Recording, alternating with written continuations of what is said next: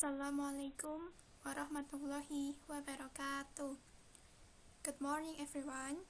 So, today we are going to learn about complexity of cross-cultural studies. The learning objectives are: the first one, to explain what complexity of cross-cultural understanding is. Second, to identify how a culture develops. The third one is to identify the rationales for cultural differences, and the last is to confirm the concept of cultural blind spots. So, what is complexity of cross-cultural studies? Complexity of cross-cultural studies is the difficult thing that appears dealing with comparison between two or more different cultures or cultural areas.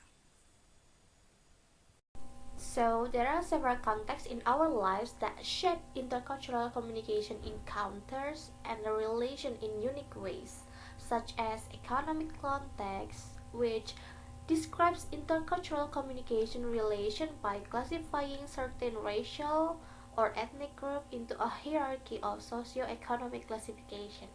So, for the example, there are lower class, working class, middle class, upper middle class, and upper class. And then government context, in which state and local governmental bodies also work in tandem with the legal system to define the cultural meaning of marriage. And then educational context. The educational sphere is a measure setting that sets into place our knowledge about other cultures and culturally different persons, as well as how we approach diversity and intercultural interaction. And then family context. Our family members greatly influence how we see the world and other cultures by enculturating us into their shared worldviews and attitude about others. And the media context. For media context, it is powerful. It is a powerful shaper of intercultural communication and relations. And then the tourism context. Tourism is a place where two or more cultures meet at a time. So next I'm going to talk about the development of culture. So there are things that determine the development of culture. First is innovation. This is the process of introducing new idea or object to a culture. There are two forms of innovation. First is discovery, which means making known or sharing existence of an aspect of reality. And then invention, this is when existing cultural items are combined into a form that didn't exist before. Next we have globalizations. More and more cultural expression and practices are crossing national borders and it affecting the traditions and customs of the societies exposed to them. And third, we have diffusion. This is process by which a cultural item spreads from group to group society or society to society. And the next is McDonaldization. This is a term to describe how the principle of fast food restaurant developed in the United States have come to dominate more and more sectors of society throughout the world. Next we have material culture. This is physical or technology aspects of our daily lives.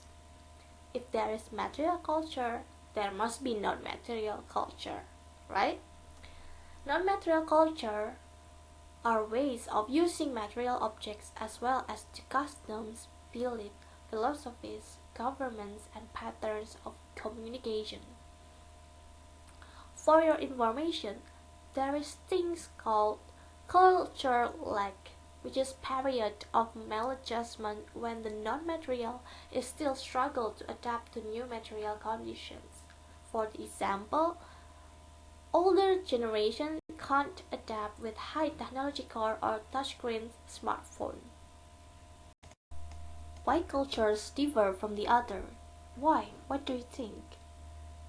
Differences between people within any given nation or culture are much greater than differences between groups. Education, social standing, religion, personality, belief structure, past experience, affection shown in the home, and a myriad of other factors will affect human behavior and culture. So yeah, much of the differences in culture have to do with the food preparations, music, and what is culture considered politeness. Food preparation, for instance, it can be quite different in various cultures. One farmer couldn't understand why his worker didn't attend a special prepared end of season meal. The meal was being prepared by the farm owners. Instead, when the farm operators provide beef, pork, or any other meat, but delegate the actual preparation to the workers who can spice up their own way, such a celebration meal can be a great success. Similarly, a dairy farmer found out that his Mexican employees were not too excited about getting ground beef as a perk. Instead, they would have preferred the cow's head, tongue, brains, as well as other cuts of meats that were not ground up. With the world globalization, even tastes in food and music are rapidly changing. However, What is cultural blind spot? Cultural blind spot is the information and practices embedded within our own cultural behavior and practices, including our culture, mind, action, or motivation that we take for granted and typically overlook when paying attention elsewhere, thus risk neglecting. Another explanation of blind spot is blind spot, or the synonym is unconscious biases, are mental shortcuts that help us make sense of the million of pieces of data we take in each day. They can narrow our vision and potentially influence our decisions and behavior. There are four types of blind spot. The first one is halo or horn bias. The second one is confirmation bias. The third one is similarity bias. And the last one is prototype bias. The first type is halo or horn bias.